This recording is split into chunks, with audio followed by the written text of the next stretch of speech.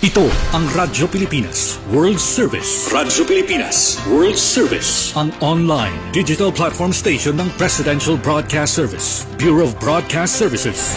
Radyo Pilipinas World Service. Nagsisilbing makabagong tulay sa paghahatid ng balita, impormasyon at mga programa para sa mga Pilipino sa iba't ibang panig ng mundo gamit ang online services sa inyong mga social media application. Radyo Pilipinas World Service. Ang online digital station ng Pilipino para sa Pilipino, saan mang dako ng mundo.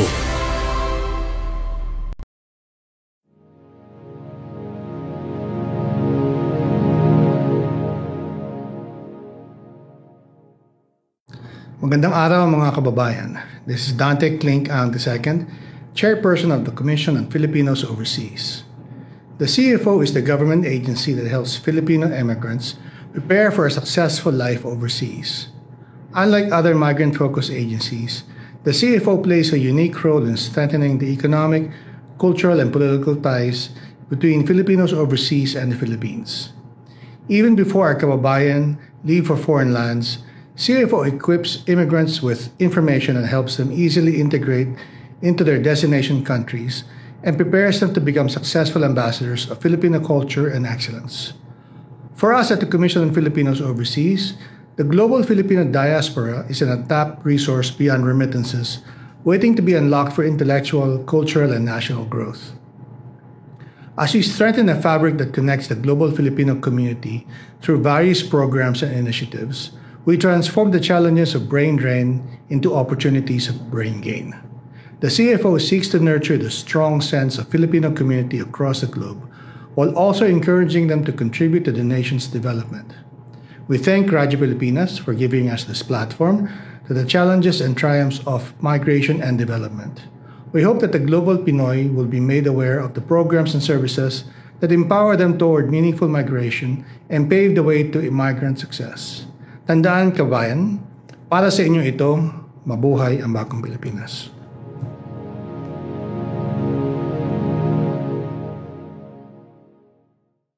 Narito na ang programang mag-uugnay sa mga Pilipinong naninirahan sa iba't ibang panig ng mundo. Serbisyong CFO sa Bagong Pilipinas. Serbisyong hatid ng Commission on Filipino Overseas at Radyo Pilipinas World Service. Ang programang magtatampok sa mga proyekto at serbisyo publiko upang mapalakas ang ugnayan ng milyong-milyong Pilipino sa kanilang bansang pinagmulan. Serbisyong CFO sa Bagong Pilipinas. Dito sa Radyo Pilipinas World Service. Tinig ng bayan, lakas ng katotohanan. Himpapawid na may layuning paglingkuran ang mamamayan. Sa bawat kwento may diwa ng serbisyo. Sa bawat balita may puso at paninindigan. Ito ang Serbisyong CFO sa Bagong Pilipinas. Magandang araw Luzon, Visayas at Mindanao. Magandang araw sa lahat ng Pilipino saan man sa mundo. Ito ang tambalang RC Carrera at RK Peralta. Kayo'y nakikinig sa Serbisyong CFO sa Bagong Pilipinas. Handog po ng Commission on Filipinos Overseas at ng Radyo Pilipinas World Service. Ngayon ay Tuesday, March 25, 2025. Ating pag-uusapan ang napakahalagang issue ng overseas voting, lalo na at nalalapit na ang simula ng 30-day overseas voting period para sa 2025 Philippine elections. Sa ating mga viewers and listeners, maaari po kayong mag-send ng inyong mga katanungan at suggestions via Facebook Live. Tayo ay on-air ngayon sa Facebook page ng Radyo Pilipinas World Service at Commission on Filipinos Overseas. Tama po. Again, bago po tayo magsimula ay iniimbitahan po natin ang ating mga kababayan na may katanungan na mag-comment lamang sa aming Facebook Live dyan po sa inyong mga screen at babasahin po natin maya-maya lamang. Alamin ang mga serbisyong inihahatid ng Commission on Filipinos Overseas. Serbisyong CFO. Dito lamang sa Radyo Pilipinas World Service. Ayan, so kasama natin ngayon si Ginoong Lito Averia, ang National Chairperson ng National Citizens Movement for Free Elections o NAMFREL, isang organisasyon na nangunguna sa election monitoring at transparency. Magandang araw po, Sir Lito. Magandang araw, RK. Magandang araw din, RC. Magandang araw, Sir Lito. Yan. Mahalaga yung discussion na ito, Sir Lito, kasi just like what I've mentioned a while ago, malapit na po yung election period and masaya kami na nandito po kayo at pinaunlakan niyo po kami para magbigay ng oras para sa discussion at interview natin ngayong araw. Ayan, so RC, gusto lang natin magsimula para kay Sir Lito, para sa aming mga kababayan at mga tagapakinig, lalo na ang aming mga kliyente sa CFO na mga Filipino immigrants, dual citizens at kanilang mga pamilya. Maaari niyo po bang ipaliwanag kung ano ang NAMFREL at paano ito tumutulong sa ating eleksyon, Sir Lito? Well, ang NAMFREL ay kauna-unahan election monitoring organization, no, na citizen-led siya, pinapangunahan ng ating mga mamamayan, no. Ito ay nabuo noong 1983. Ang kaunahang halalan na inobserbahan ng NAMFREL ay yung Batasang Pambansa Elections noong 1984 at yung pinakamalaki or malakihang halalan na iginanap noong 1986, yung snap elections, kung saan nakapag-ipon kami ng mga higit sa kalahating milyong volunteers nationwide na siyang nagbantay sa halalan. So, ibig sabihin po ba nito, Sir Lito, kasama po sa inyong mandato ang tiyakin na ang bawat Pilipino saan man siya naroroon ay may access sa tamang impormasyon at makatarungang proseso ng pagboto? Kasama yan, no? Yung mga lalo na yung ating mga kababayan na nasa ibang bansa rin. Actually, nagkaroon din kami ng ilang NAMFREL chapters sa ibang bansa. Wow. So, Sir Lito, ito pong mga volunteers nyo sa mga NAMFREL chapters nyo sa ibang bansa, nandun po sila para obserbahan yung election process, kasama na po dun yung voter registration, botohan, bilangan ng boto, ganun po ba yun, Sir Lito? Halos lahat ng activities ng COMELEC or ng Commission on Elections natin ay bumabahagi kami doon sa pagbabantay. Hindi lamang kundi yung aktibong pakikisama yung pag-obserba sa halalan at saka yung ibang election related activities.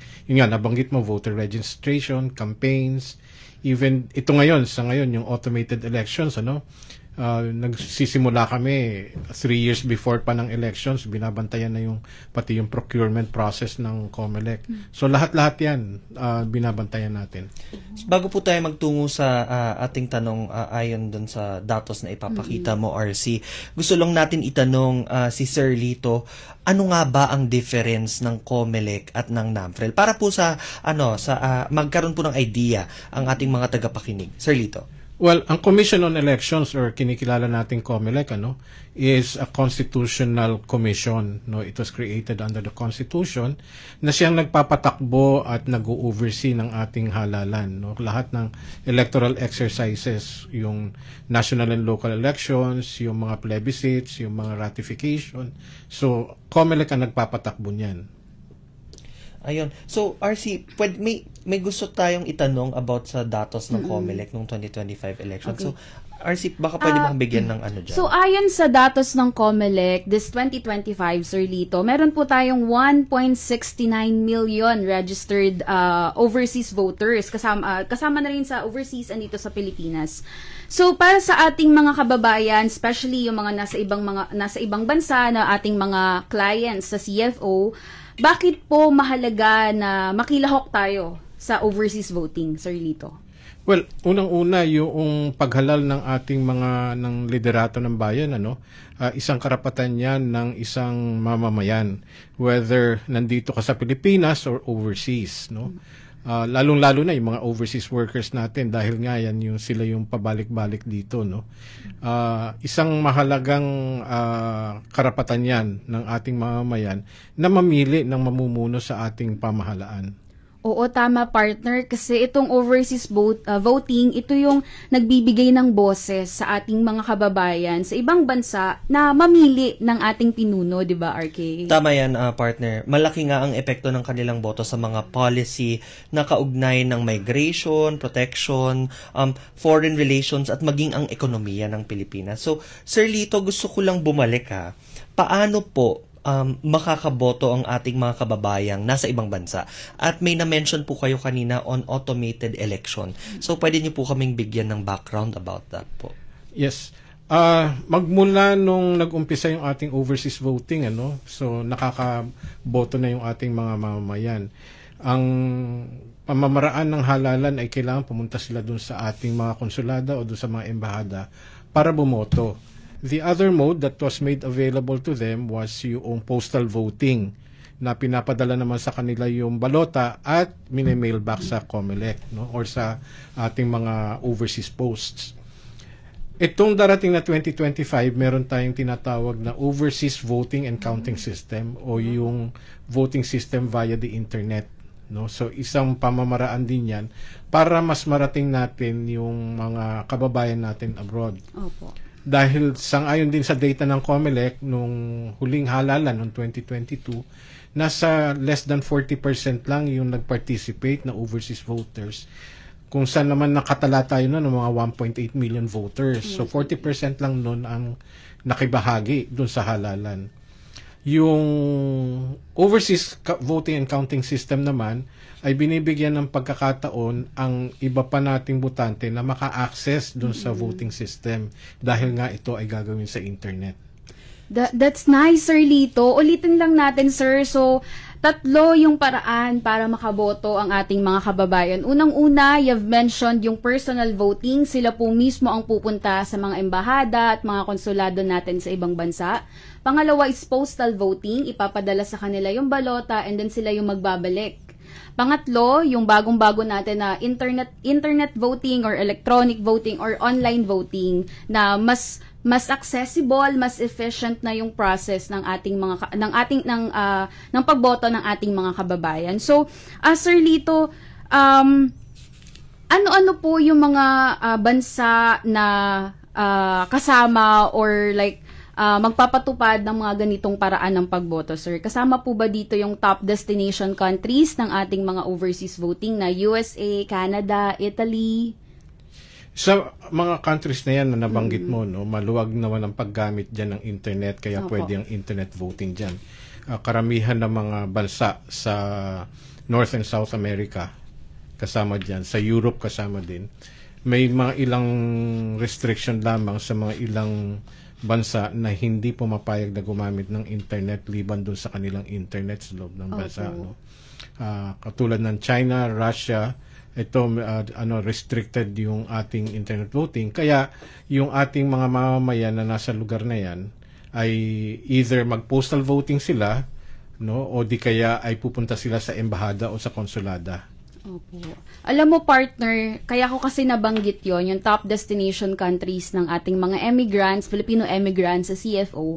Sa CFO kasi, maliban dun sa mandato natin, partner, na ihanda yung mga migrant immigrants natin sa kanilang migration journey, atin din silang hinahanda bago yung kanilang pag-alis at isinusulong ang kanilang karapatang bumoto kahit nasa ibang bansa na sila. Tama ka dyan, partner. Ngayon, na-mention kanina ni Sir Lito ang 3 paraan paano bumoto overseas. Ang pinakabago po ay ang overseas voting via the internet. Tama That's po. Correct. So, ano po ang pinakaproseso ng pagboto sa internet at ano po ang mga posibilidad? Meron ba tayong mga tinitignan na baka mangyari na problema at paano po natin siya pwedeng i-address? Kasi may mga concerns po tayo ngayon sa ating mga comments online sa social media, lalo na kasi technological advancement na tayo, Sir Lito. So maganda po na nabuksan na rin natin ang internet voting.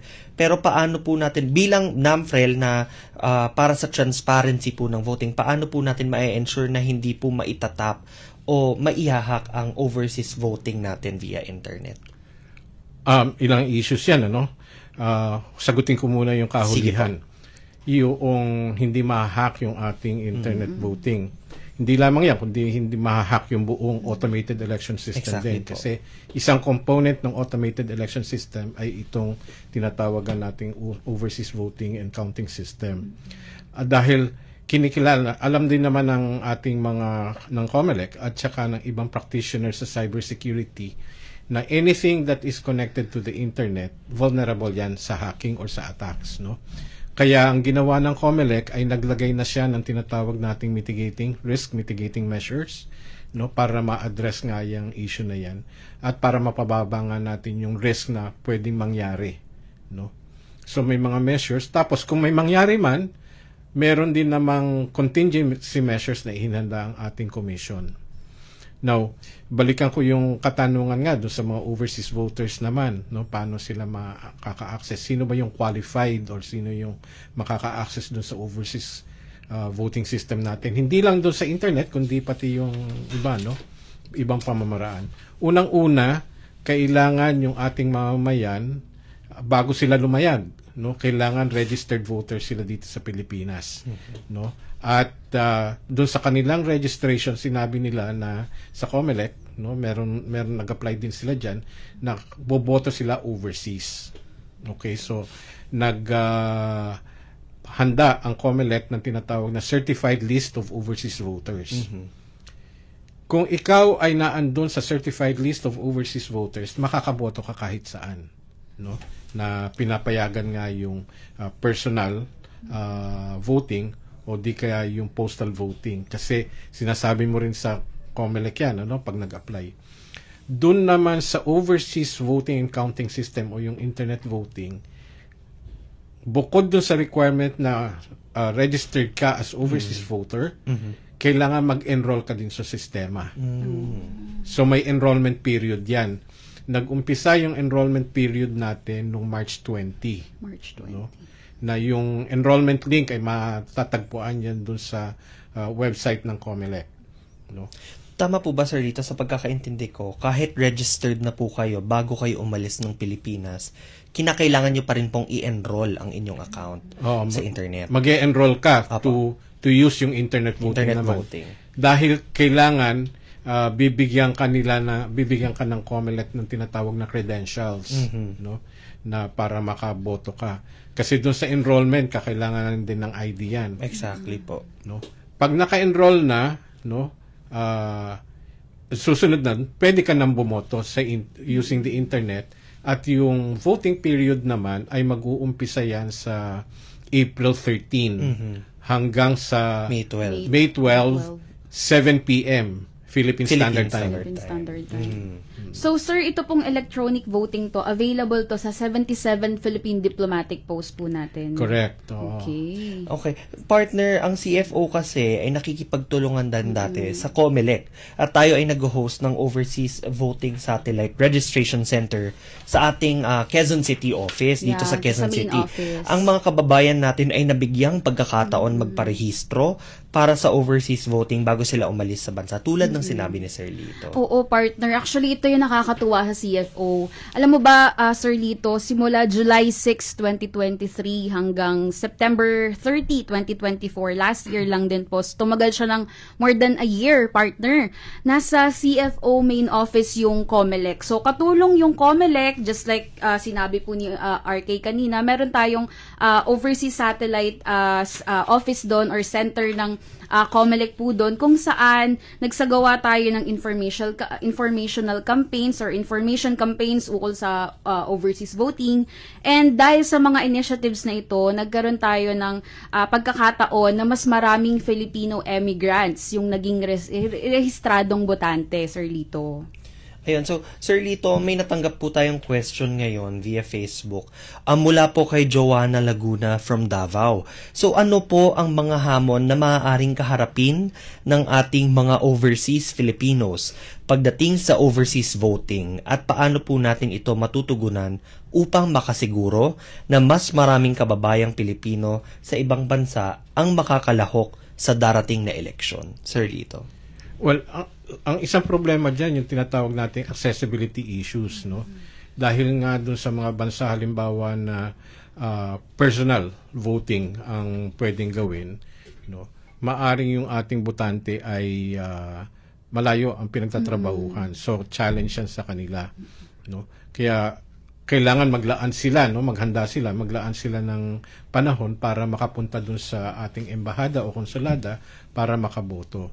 Para naman dun sa ating mga seafarers, no, yung mga lumalayag sa dagat, no, yung availability naman ng internet. Okay. Sa pangmalawakan naman ngayon, available na yung satellite connection sa mga barko. So depende na yan kung may accessibility nga dun sa barko naman yung kanina, ano. yung ating mga marino, yung mga seamen natin, pwede naman silang, pagka nagland sila sa isang port, no? Doon pa lang, pwede na rin silang gamitin yung kanilang devices. Dahil nga doon sa enrollment, no? Balikan ko lang yung enrollment. Kasama doon sa enrollment nga, ano ba yung device na gagamitin, no? Na pag-enroll. Pwede yan PC, yung desktop natin, tablet, laptop, o kaya yung smartphone, or similar device. Or similar device na may kakayanan na kumabit sa internet, no? At magamit nga. Karamihan naman ngayon, mga cellphones na ang ginagamit or smartphones. No? Yes po. So, ang kailangan din lang sa araw ng halalan, ihanda din nila yung kanilang credentials, no? Pagka bumoto naman sila, pag umaccess sila. Sa pag-enroll kasi, bibigyan kanila ng, at the minimum, yung username and password. Yes. No? So, may iba pang ibibigay na part ng credentials yan para makapasok nga dun sa, ano. Ang isang rule lang, kasi nga, kung overseas voter ka, ay inaasahan na sa ibang bansa ka boboto. Opo.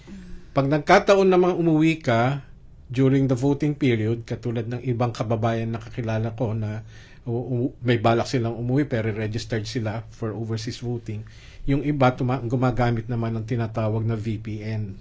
Yes, opo. Yes. Para yung mag-reflect na Host country. na address ay dun sa host country. Tama. Magaling yun. Sir Lito, nakakatuwa kasi even sa mobile phones, pwede silang mag-register kasi ilan sa mga websites kasi partner, hindi mobile friendly. Tama. Kasi mas accessible kasi kung sa phone mo siya iba-browse or gagamitin. So nakakatuwa yun, Sir Lito. Ulitin lang natin yung mga hamon na maaaring kaharapin nila, Sir Lito. Accessibility. Lalo na kapag walang internet or medyo limitado yung internet sa kanilang host country.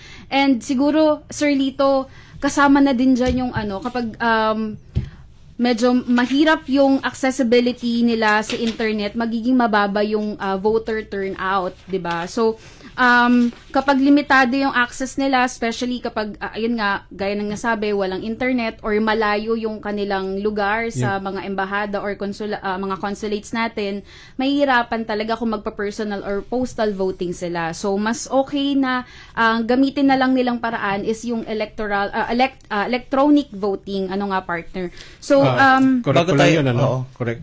May yung ilang lugar na embahada natin, pinapayagan siya sa personal or postal voting. May lugar na para sa internet lang. Specifically kasi, kung kailangan pumunta sila sa embahada, ito yung mga lugar na hindi talaga magagamit yung internet voting. Kaya kailangan yung kababayan natin pupunta sa embahada o sa konsulada. May tanong ulit ako, Sir Lito. Ngayon kasi nabanggit natin na ang role po ng NAMFREL ay magkaroon po ng ligtas at syempre transparent na election po natin. Parang tayo ang watchdog ng mismong election natin. So, since ang topic natin ay overseas Filipinos voting, tatlo po yung pamamaraan. Ano po yung mga measures na ginagawa ng NAMFREL na para mabantayan ang transparency po ng ating eleksyon sa darating na halalan, Sir Lito? Well, nakikipag-ugnayan din tayo doon sa ibang ahensya ng gobyerno. Dahil ang nangunguna dito sa ating overseas voting ay ang Department of Foreign Affairs.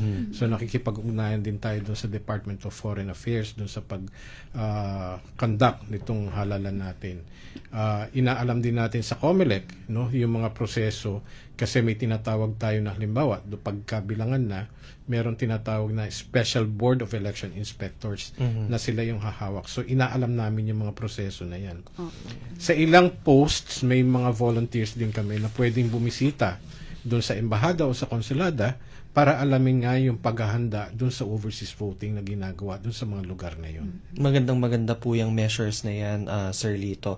Dapat po din, syempre, protektahan din natin ang boto natin at dapat transparent din talaga tayo. Magandang practice po ng NAMFREL itong gagawin natin na measures pagdating sa overseas elections. Oo, RC. partner. Tsaka aside from that, let's be responsible din, 'di ba? Magpa-register tayo, 'di ba? It's a responsibility kasi partner na maging botante, 'di ba? So, Tama. Tulad ng ginawa ng CFO, sana mas madaming voter registration center all over the Philippines, 'di ba? Para magkaroon tayo ng mas malawak na voter education campaign upang siguraduhin na yung mga Pilipino abroad ay may sapat na kaalaman tungkol sa proseso ng pagboto. Tama, partner. Actually, Sir Lito, meron pa pong isang katanungan galing sa ating tagapanood or tagapaginig sa Butuan City. Ang pangalan niya po ay si Miss Angeli Luis Cando. Ito ang kanyang katanungan, Sir Lito. Bilang isang election monitoring expert ng NAMFREL, ano po yung mga praktikal na hakbang para matiyak na ang ating mga kababayang overseas voters ay makakagawa ng informed decisions or matalinong desisyon sa pagboto? Magandang topic. Yes, Actually, Sir Lito. yung reach natin via social media na rin, no? Bukod dun sa pag-iikot namin for voter education, meron din kami yung mga social media posts. Present kami halimbawa sa Facebook, sa Instagram, sa TikTok, no? Ilan lamang yan doon sa social media. Nagpo-post kami ng impormasyon sa tungkol sa halalan sa pangkalahatan and specifically para doon sa ating overseas voters, no? So ina-address din natin yan. Naggagawa kami din ng announcements kung ano yung mga paghahanda ng COMELEC. Even before, no, yun sa pagrehistro, meron na rin kaming information diyan. Oo. Naggagawa kami ng information drive, no. Medyo challenging din lang kasi overseas, hindi naman kami pwedeng mag-ikot overseas. Yes. Opo. No. Maganda yan, Sir Lito, na nasimulan din natin ang ating drive online kasi number 1 po ngayon ng social media kung nasaan po ang mga tao. Pinakamadaling access din po para ma-reach natin ang mga overseas Filipinos, RRC. Opo. Sir Lito, ikaw po bilang isang Pilipino, ano yung advice na mabibigay mo sa mga Pilipinong overseas voters natin sa pagpili ng kanilang mga ihahalal na pinuno? Okay. Unang-una, ang pwedeng iboto ng overseas voters ay yung sa national positions na. Hindi sila pwedeng bumoto sa local. No? Opo. So, sa overseas, unang-una, alamin natin ano ba yung trabaho ng national positions. Opo. No? Karaniwan, halimbawa, itong sa darating na halalan, ang national positions ay ang sa senators at saka sa party list. Opo. Both are legislative in character yung position na yan. So, mga nagsasagawa ng batas yung mga yan. Ano ba yung issues na kailangang i-address? Sa part naman ng kandidato, alamin dapat ng ating mga botante, ano ba yung kakayanan ng ating mga kandidato? Ano ba yung kanilang experience sa paggagawa ng batas? No? Yung track record nila, Sir Lito, ano po? No, sa pagbabalangkas ng ating mga batas. So yan ang importante. Para ka kasing yung pagtakbo mo sa halalan, naging kandidato ka. Tama. Para ka nag-a-apply ng trabaho. Yes. Di ba pagka nag-a-apply na tayo ng trabaho, inaalam nung nagre-recruit, ano ba yung kakayanan nung nag-a-apply? At ang skills, tama. Angkop ba dun sa posisyon na ina-applyan? No? Ganon din yun. Opo. Wag lang din tayong magbase sa pangalan, 'di ba? Or kasikatan, 'di ba? So, sabi nga ni Sir Lito, magbase tayo sa track record, sa skills, sa experience ng ating iboboto. Maghanap, actually, isa din yan sa mga issues ngayon sa social media kasi magandang information drive na ginagawa ng NAMFREL. Kasi marami po ngayon sa social media ay misinformation or disinformation na sinasadya o hindi man sinasadya na pagbabalita ng maling balita. So, iwasan po natin mag-share pag hindi po legit o legitimate ang mismong news sources po natin. At iwasan ang pekeng social media accounts, fake news, kasi at the end of the day, Pilipino po ang magbe-benefit po. Pangkalahatan, di ba? Pangkalahatan po na benefit po ito. So, panghuli, dapat siguraduhin na din natin na tama ang impormasyon natin, double check ang voting guidelines ng inyong embahada o konsulado. Siyempre, meron din dyan nakapost din sa NAMFREL, share din natin yan sa Commission on Filipinos Overseas para well-informed ang ating mga clientele sa stakeholders sa iba't ibang bansa. Napakahalaga, RK, na mag-double check tayo sa mga information. Pwede nating suriin yung mga fact checking sites, pwede tayong kumonsulta sa mga embahada, sa mga konsulado natin. Pwede tayo mag-visit actually sa websites or official pages ng COMELEC, ng NAMFREL, ng DFA para maging well-informed tayo at magkaroon tayo ng informed decisions pagdating sa ating pagboto. Tama yan, RC. So, maraming salamat, Sir Lito. Tandaan natin, ang pagboto ay hindi lang karapatan. Ang kailangan natin ay i-consider siya bilang responsibilidad. Kaya siguraduhin nating informed tayo para sa kinabukasan ng ating bansa at ng ating komunidad. So, Sir Lito, last na lang po, ano po ang inyong mensahe para sa ating mga kababayang overseas voters sa nalalapit na overseas voting sa Abril? Yun din, no? Yun nga, yung karapatan natin na bumoto at mamili ng mamumuno sa ating pamahalaan, no? Gawin nating, talagang i-exercise natin siya. Makisalo tayo, yung makialam tayo, makilahok at makisali, no, sa ating halalan, no? Kailangan alamin natin kung ano yung sitwasyon natin at sino dito sa mga kandidato ang may advokasya tungkol sa mga problema natin na kinakaharap. Sir Lito, maraming salamat po sa inyong oras at yung pagkakataon po na ma-interview namin kayo dito sa Serbisyong CFO sa Radyong Pilipinas. Napakabuluhang usapan natin ngayong araw. Napakahalaga po nung binahagi nyo ngayon sa ating mga tagapakinig at tagapanood about sa overseas voting at sa ating mga kababayang overseas voters. So, para sa ating mga tagapakinig, RK, huwag nating kalimutang gamitin ang ating karapatang bumoto. Tama ka dyan, partner. Magsisimula na po ulit ang overseas voting mula April 13 hanggang May 12, 2025, 7 p.m. Philippine Standard Time. Kaya siguraduhin handa kayo. At gaya nga ng sinabi ni Sir Lito, maging mapanuri, huwag magpalinlang at gamitin ang ating boto ng tama. Ayan. Maraming salamat, Sir Lito. Serbisyong CFO sa Bagong Pilipinas. Dito sa Radyo Pilipinas World Service. At nagdaan na naman ang isang araw ng pagsasahimpapawid para sa ating mga kababayan. Sa bawat kwento, bawat impormasyon at bawat serbisyong hatid namin, layunin naming mapalapit ang gobyerno sa bawat Pilipino saan man panig ng mundo. Tandaan kababayan, basta't balita at serbisyong publiko. CFO, kasama mo sa anong panig ng mundo. Hanggang sa muli, ito ang Serbisyong CFO sa Bagong Pilipinas. Serbisyong CFO sa Bagong Pilipinas. Dito sa Radyo Pilipinas World Service.